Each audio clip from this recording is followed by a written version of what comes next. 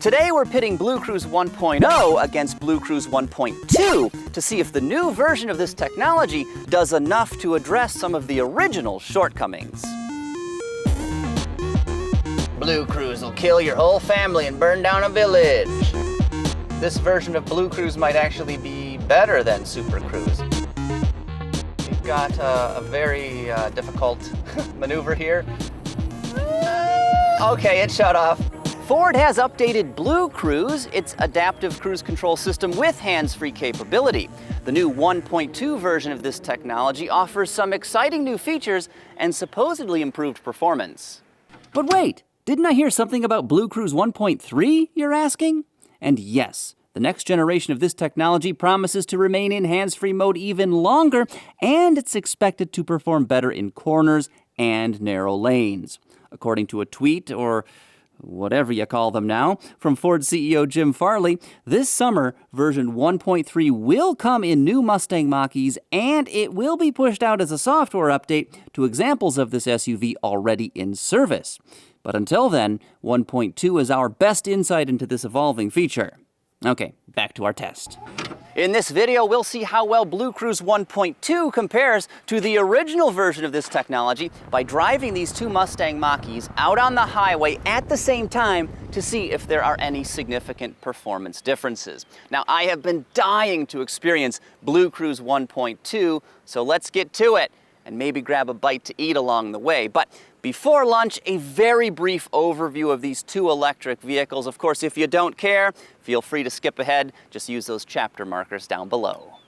I will be piloting this, a 2023 premium all-wheel drive model. This example has the larger 91 kilowatt-hour battery pack that gets you an EPA estimated 290 miles on a charge, which is frankly fantastic for an all-wheel drive EV. The performance in this vehicle is excellent as well. You've got 346 horsepower, 428 pound-feet of torque, which is enough to get this SUV from 0 to 60 in a Ford estimated 4.8 seconds. As for pricing, this one checks out for about 68 grand, which is pretty ritzy, though that is before any potential discounts or incentives.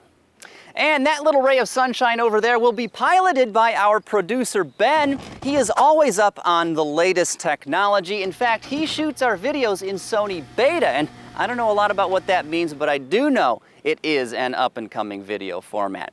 Anyway, this is his personal 2022 Mach-E. It is a rear-wheel drive model with the larger battery pack and an EPA estimated range of 303 miles. There are no changes inside this Mach-E. The interior is still familiar and very well done, though there is one feature of note. A fairly recent software update for the Sync 4A infotainment system has made it significantly better. Of course, we have the same 15.5-inch portrait-style display that dominates the dashboard, but they've made some significant enhancements to improve the user interface. It's much easier to access your settings. This page is a lot more intuitive. They've also added a persistent camera button right at the top.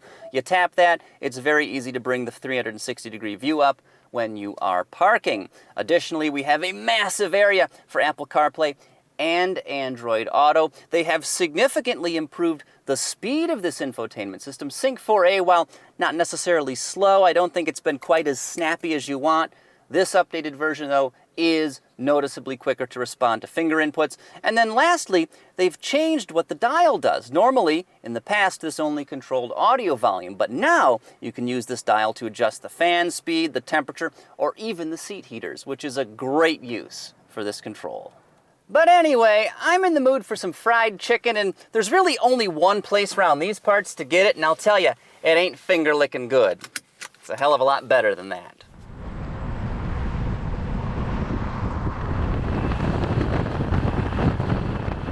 Okay, we are now driving on I-69, and then we'll hit up 475 and ultimately end up on I-75 proper as we continue our journey northwards. And of course, these are all interstate highways where BlueCruise hands-free should work without any trouble. And of course, Ben is driving right behind me in his Mach-E, so he experiences exactly the same roadway conditions.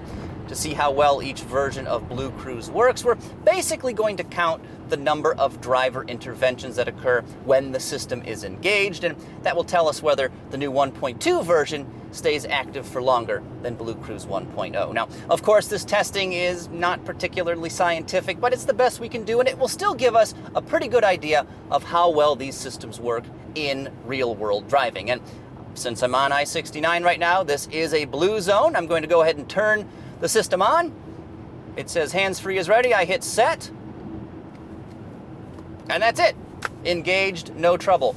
How's it working on your end, Ben? Turning mine on right now and waiting for it to activate. Just activated. Hands-free. That took maybe a second or two longer. Not a big difference, but BlueCruise 1.2 definitely engaged a little bit quicker than 1.0. Driving into a bit of fog right now, it looks like. Very hazy. I know the air quality is pretty poor today because of an unfortunate Canadian import. Mostly smoke from all their wildfires. And I imagine that's causing some visibility problems here. Of course, BlueCruise needs to be able to see the lines on the roadway, so it knows where you are. So if visibility gets to be really poor, that might be an issue, but I mean, that would have to be like a lot of smoke, not just a lot of smoke. So according to Ford, hands-free BlueCruise should work on more than 130,000 miles of approved highway in both the US and Canada. Now, the issue is you cannot go hands-free just anywhere you want. You have to use this technology on approved motorways. But of course, if you are on a secondary road, a country 2-lane, you can always engage conventional adaptive cruise control with lane centering to get most of the benefits that hands-free offers. Now, it's not a perfect product, but the first generation of BlueCruise still works extremely well. No, it's not quite as sure of itself as GM's Super Cruise. BlueCruise does tend to wander in the lane a little bit more, and it's notorious for deactivating in corners that it thinks are a little bit too sharp, but still overall, for sort of a Gen 1 product, it is undeniably impressive.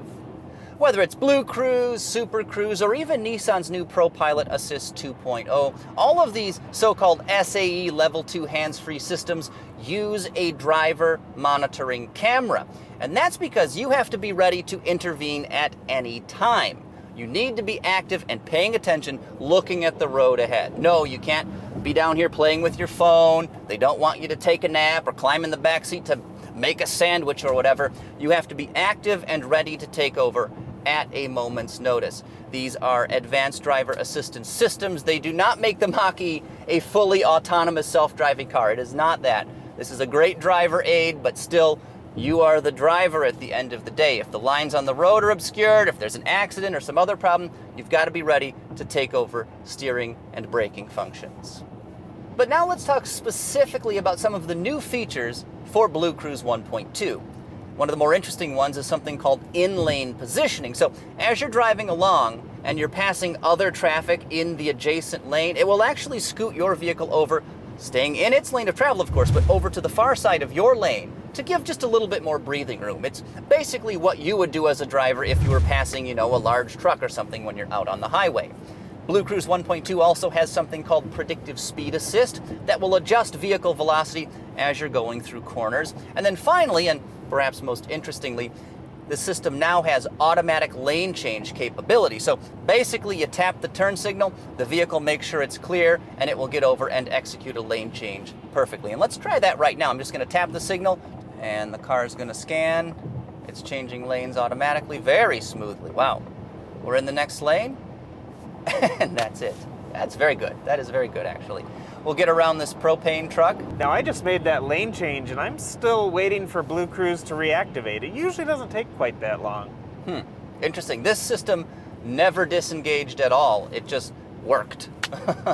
Of course, BlueCruise 1.2 also benefits from increased reliability and smoothness. There's minimal sawing at the wheel, either in straightaways or corners, and the system seems to engage a lot quicker and stay engaged longer. Now, a Ford rep mentioned to me that, of course, going forward, engineers will add more functionality to BlueCruise, so stay tuned for future updates. That same rep also told me that BlueCruise 1.2 is set to start rolling out to existing Mach-E customers this year, and it's coming as an over-the-air update, so that means no additional hardware is required to enjoy all the benefits of BlueCruise 1.2. We just went through a couple turns on the highway here. None of them were too sharp, but did your system disengage at all? Nothing here on my end. It's been rock solid. Good, good. Yeah, I mean, BlueCruise 1.0 is still a very good system. It's just 1.2 takes things to the next level. I think we are coming up on the exit here, bud. All right, a lot more traffic on 75 here. And I hit reset. It's scanning, okay. It's in lane centering mode with hands on the wheel right now. Now in this case, mine activated before yours. Now yours activated. Okay, mine still has the hands on the steering wheel icon. Okay, there we go. BlueCruise just engaged. Hands free. So that's interesting. BlueCruise 1.0 engaged before 1.2. The 2023 Mach-E comes standard with a free 90-day trial of BlueCruise 1.2. All versions of this SUV have the required hardware to make the system work. Now, you can purchase a 3-year subscription up front when you get your vehicle. That'll be about $2,100, or of course you can do it afterwards if that's what you'd rather do. So far, about 200,000 Ford and Lincoln vehicles are fitted with BlueCruise, but sadly no Mercury models have it, and I would really like to know why. Just so you know, Ben, we're getting off in about 4.4 miles. That'll be our exit. And so far, I think neither of us has had a deactivation at all, have we? No, not at all. So yeah. So the moral of the story here is both versions of BlueCruise work great. 1.2 seems a little bit more reliable and stable, although we haven't had any deactivations with either system. So there's not a lot to complain about. Since our initial test was pretty inconclusive, we decided to do it all over again on the drive back to see if any tangible performance or reliability differences would pop up, and we'll get to that in just a minute. But now it's time to get something to eat, and we are stopping off at a place called Frankenmuth. It's a charming German-themed town known as Michigan's Little Bavaria. Frankenmuth is also world famous for its fried chicken.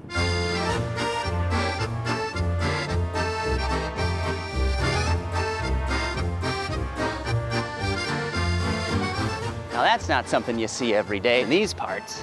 They appear to be in good working order too, which is also rare.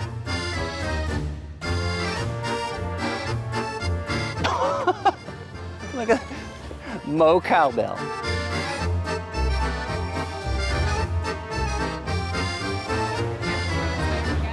For lunch, we're going to Zender's, one of two very famous restaurants here in Frankenmuth. The other, of course, is right across the street, the Bavarian Inn, where you can enjoy all kinds of traditional German fare, like Kartoffelkäseknödel, Kasslerrippchen, and the famous tropical colada.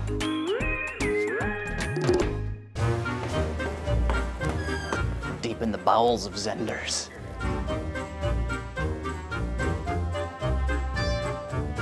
This is probably like a 56 Ford, maybe? Somebody hit the fire hydrant, I guess. That's a bad day.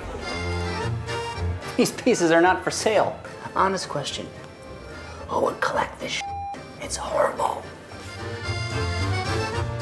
I think I'm gonna get a 2-piece fried chicken. We don't do baked around here. We get the family dinner of $70, feeds family of 4. That feeds one Craig after a video shoot. It's just like a hospital. Hello, yes, yes, I'd like the 2-piece chicken meal, please, with 2 breasts, if I could. And then a dinner roll comes with it. Perfect. Oh, yeah. Delicious chicken dinner with a side of Lipitor, 'cause I'm gonna need it.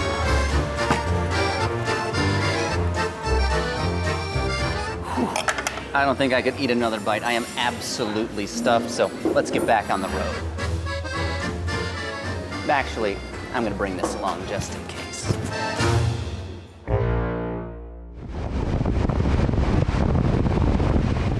Well, we're merging onto I-69 again to see if anything interesting happens. And honestly, if the drive is boring, that's a good thing. Not good for a video, but good if you want BlueCruise. I mean, I guess we could have ginned up some fake drama. BlueCruise will kill your whole family and burn down a village. You won't believe how terrible BlueCruise is. Genocide, old driving aid. Now, I know we do have some construction coming up on I-69 here, so that should be a very good challenge for BlueCruise. It is orange barrel season here in Michigan. They sprout like mushrooms after a thunderstorm. And I'm going to tap my signal and get around this slower moving truck if it decides that it's clear, which it hasn't. Okay, that's something interesting. It's flashing. It says preparing lane change, but it's not changing. There we go. That was weird. The system should have just moved the car over immediately, but didn't. All right, so we're at the point right now. You heard those rumble strips. We've got another set coming up right here. The left lane is ending and the barrels are beginning, so this is really going to be the challenge for BlueCruise. And my hands are off the wheel, as you can see. Orange barrels, light up arrow sign. That lane is done. Let's see what happens. Oh, it disengaged. What about you, Ben? I'm still going strong. Really? This one Yeah. turned off in the construction zone. I'm shocked. And yours is still going. It's still BlueCruising. Yeah, still BlueCruising right now. Okay. Oh, there we go. It re-engaged BlueCruise. That's very weird. We've got a very difficult maneuver here. Oh yeah, let's see. Okay, it shut off. All right, that's... Yep, so mine disengaged and asked me to retake control. Same here, because you probably can't tell on camera, that was a very dicey intersection. The exit for M24 sort of spurred off at a very narrow angle, so the car really had a hard time deciding what to do there. Wisely, it told me to take over. And now we are on a more reliable section of highway. I would think BlueCruise would engage on this. There are no longer any barrels out, at least not on the left side of the vehicle. There are some to the far, far right off in the median, but I would think BlueCruise would engage here, but it is not. Based on my experience, it will not engage here. As far as BlueCruise is concerned, we're driving on the wrong side of the highway. Very true. Yeah, because we literally are. Our lane of travel's over there. But even if BlueCruise's hands-free feature isn't working, you still get adaptive cruise control with lane centering. So the car is still doing most of the work right now. All I've got to do is keep my hands on the wheel and make sure it doesn't do anything squirrely. All right, it looks like we are officially out of the construction zone. The car is automatically accelerating back up to the speed limit for this section of highway. And there we go, about 20 feet before the end of roadwork sign. BlueCruise automatically re-engaged. It really doesn't get much better than that. Same here, no issues at all. I'm a little suspicious. I think they've been secretly improving BlueCruise 1.0 in the background and not making any fanfare about it, because your system is working essentially as well as this one. It just doesn't change lanes automatically.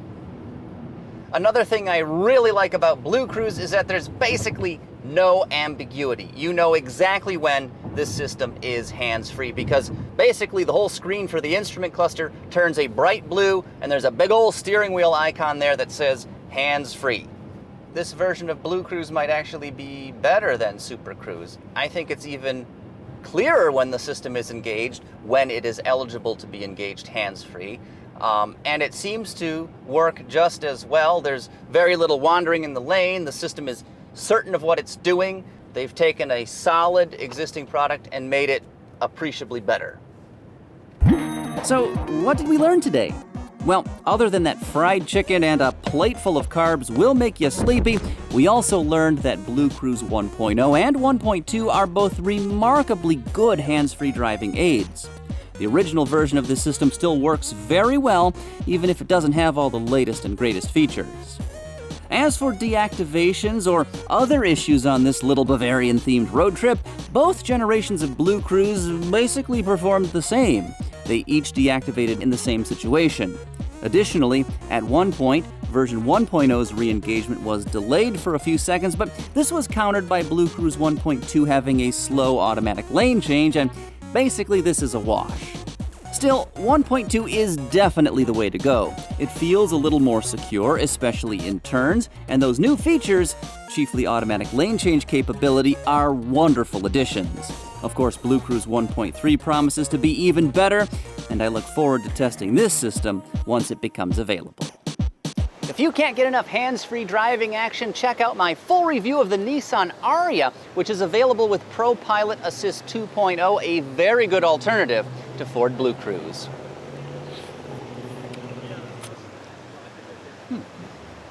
But not as good as this.